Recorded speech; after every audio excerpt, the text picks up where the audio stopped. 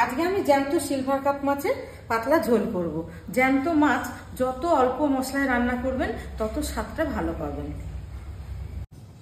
মাছগুলোকে হলুদ আর নুন দিয়ে ম্যারিনেট করে নিচ্ছি। মাছগুলোকে ভেজে নিচ্ছি। জ্যান্ত মাছ সবসময় হালকা করে ভেজে নেবেন, আর জ্যান্ত মাছ হালকা করে ভাজলে স্বাদটা খুব ভালো হয়। এই যে এখানে 1 পিস হয়ে গেছে, আমি আর 1 পিস উল্টে দিচ্ছি। ঠিক এইভাবে হালকা করে ভাজবেন। এবার আমি ফোড়নে দিয়ে নেব কালো জিরে, আর এখানে রেখেছি কুচনো পেঁয়াজ লঙ্কা।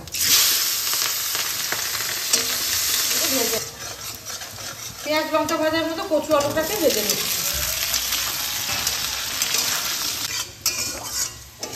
পেঁয়াজ লঙ্কার সঙ্গে কচু আলুটা খুব ভালোভাবে ভাজা হয়ে গেছে। এবার আমি একে একে দিয়ে দেবো শুকনো মশলা। আমি সব রকম মশলাই দিচ্ছি, কিন্তু খুব পরিমাণ অল্প দিচ্ছি। 1/2 চামচ ধনে গুঁড়ো, 1/2 চামচ জিরে গুঁড়ো, 1/2 চামচ হলুদ, 1/2 চামচ কাশ্মীরি লঙ্কার গুঁড়ো, আর স্বাদ মতো লবণ দিয়ে ভালোভাবে এটাকে আমি কষিয়ে নেব। সব মশলাগুলো ভালোভাবে কষানো হয়ে গেছে। এবার আমি দিয়ে দেবো আদা বাটা। আদা বাটাটা আজকে শেষে দিচ্ছি, কারণ এই মাছের ঝোলের গন্ধটা খুব ভালো লাগবে। এটাকে বেশি কষাবো না।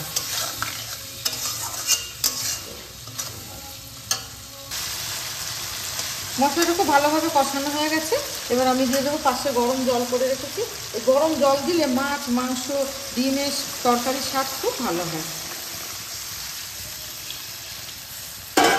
ঢাকনা চাপা দিয়ে কচু আলুটাকে সিদ্ধ করে নিচ্ছি। দেখুন বন্ধুরা, কচু আর আলুটা প্রায় সিদ্ধ হয়ে গেছে। এবার আমি দিয়ে দেবো এখানে বড়ি ভেজে গরম জলের মধ্যে ভিজতে দিয়েছি, তাহলে নরম হয়ে যাবে আর সিদ্ধ হবে খুব তাড়াতাড়ি। এটা এর মধ্যে দিয়ে দেবো। জ্যান্ত মাছের সঙ্গে বড়ি দিয়ে ঝোল খেতে খুবই ভালো লাগে। আর দিয়ে দেবো ভেজে রাখা মাছগুলো।